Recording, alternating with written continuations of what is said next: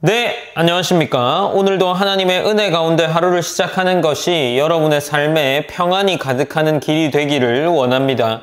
우리가 하루를 시작할 때 말씀과 기도로 방향을 정하는 것을 통해 하나님께 큰 은혜를 누리는 그런 하루의 삶이 되었으면 합니다.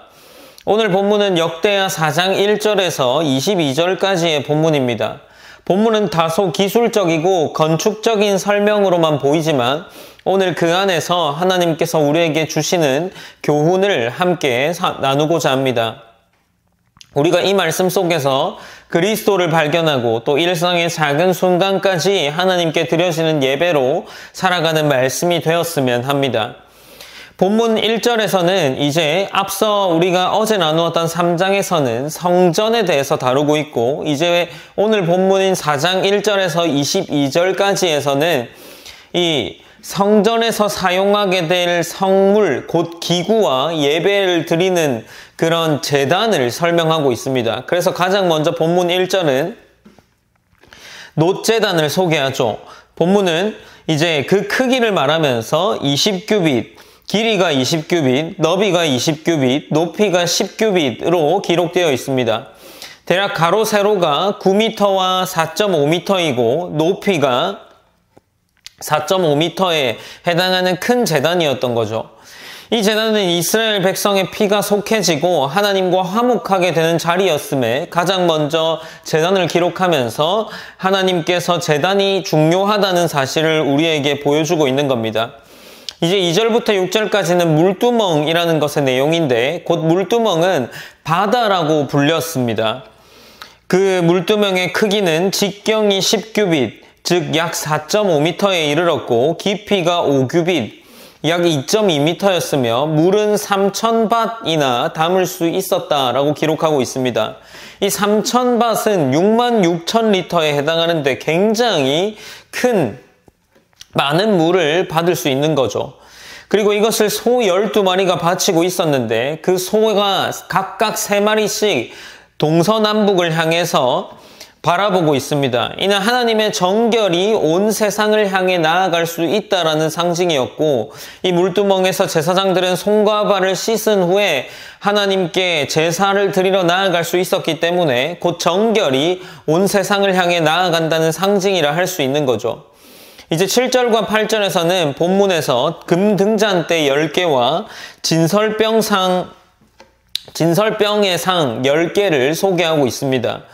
성전 안에 어둠이 없도록 빛을 가득하게 하였고 하나님의 말씀과 생명을 상징하는 떡이 항상 놓여 있었습니다.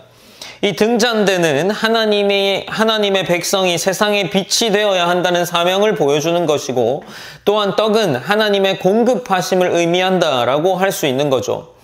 이제 9절과 10절에서는 이 뜰과 뜰문에 대해서 기록하는데, 성전에는 제사장들이 머무는 뜰과 온 백성이 들어올 수 있는 큰 뜰이 있었습니다. 이 뜰의 문들은 크게 열려 있었는데 이는 하나님께서 이스라엘 백성이 모두 성전에 나와서 예배할 수 있기 원한다, 예배하기를 원한다 라는 것을 보여주는 것으로 그 큰 문이 있었다는 것을 우리가 짐작해 볼 수 있겠죠. 이제 11절에서 18절까지는 각 기구들을 이야기하는데, 솔로몬은 여러 놋 기구들을 만들었습니다. 솥과 부삽과 대접 등 작은 기구들까지 세세하게 기록하고 있습니다. 놋은 단단하고 오래가는 금속이었고 하나님 앞에서 견고하고 변치 않는 섬김을 의미한다라고 생각해 볼 수 있겠죠. 그리고 하나님은 큰 제단뿐 아니라 이 작고 세세한 기구들까지 기록하는 것을 통해서 하나님께서 이 작은 도구들도 사용하셨다는 것을 보여주고 있습니다. 이제 19절에서 22절은 금 기구들, 마지막으로 금으로 만든 기구들이 나오고 있습니다. 향단과 상, 등잔대, 그리고 제사장들이 사용하는 기구까지 모두 금으로 만들었습니다. 금은 어떤 것입니까? 성결과 영광, 존귀함을 상징하는 거죠. 하나님께 드려지는 것은 언제나 가장 귀한 것이어야 한다는 것을 보여줍니다. 우리가 하나님께 시간을 드릴 때도 힘을 다해 가장 좋은 것으로 드려야 하는 거죠. 이것이 우리에게 보여주는 이 본문의 의미입니다.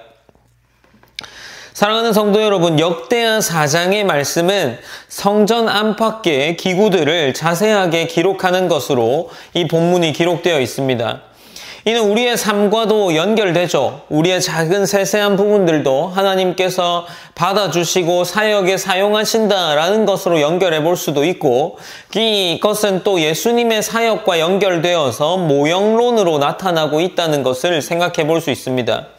오늘 본문에서는 어떤 기구들이 나옵니까? 놋제단, 물두멍, 등잔대와 상, 뜰과 문, 놋기구, 금기구 등이 기록되어 있죠. 겉으로는 건축 기록 같지만 이것은 예수님이 오실 것을 미리 보여주는 그림자였습니다. 제단은 우리의 죄를 속하신 십자가를, 물두멍은 말씀과 성령으로 정결하게 하신다는 것을, 등잔대는 세상에 비치신 그리스도를, 진설병은 생명의 떡이신 예수님을, 뜰과 문은 교회를 통한 하나님의 임재를, 놋과 금 기구들은 우리의 작은 헌신들과 최고의 예배를 상징한다라고 할 수 있습니다. 결국 성전의 모든 기구가 가르치는 것이 예수 그리스도인 거죠. 오늘 우리가 이 말씀을 통해서 예수 그리스도를 묵상하는 것과 동시에 하나님께서 각 기구들을 자세하게 또 세세하게 설명하는 것을 통해 우리의 삶의 크고 작은 모든 부분에서 하나님께 예배가 되어야 한다라는 것을 보여주고 있는 본문이라 할 수 있습니다. 오늘 우리가 이 본문들을 가볍게 살펴보았지만 우리가 함께 기도하며 나아갔으면 좋겠습니다. 첫 번째로는 앞서 말했던 것처럼 우리의 삶의 크고 작은 부분에서 하나님께 드려지는 예배가 우리의 삶의 예배가 되길 원한다고 기도하시고, 또한 각 기구들이 금으로 또 하나님께 만들어졌는데 오늘 하루를 우리가 금처럼 귀하게 사용하여서 하나님을 기억하는 그런 영광을 드러내는 그런 하루가 되었으면 좋겠다라는 마음으로 그렇게 우리의 삶이 사라지기를 기도했으면 좋겠습니다. 제가 기도하는 것으로 오늘 일상 기도회를 마무리하겠습니다. 사랑의 하나님 감사합니다. 하나님, 우리가 일상 기도회로 또 하루를 지켜나갑니다. 하나님, 우리가 역대하 4장 말씀으로 함께 나누었는데 이 4장에는 각 기구들이 나와 있습니다. 또 작은 기구들까지 기록하신 하나님을 보며 우리의 작은 삶을 통해서도 하나님이 예배받으신다는 것을 짐작하고 또 묵상해 봅니다. 또한 하나님께서 금으로 만든 것처럼 우리의 오늘 하루가, 살아내는 이 하루가 금처럼 살아내어서 하나님을 보이고 또 하나님을 나타내는 그러한 삶의 모습이 될 수 있도록 인도하여 주시옵소서. 모든 영광 하나님께 올려드리며 살아계신 예수님의 이름으로 기도드립니다. 아멘.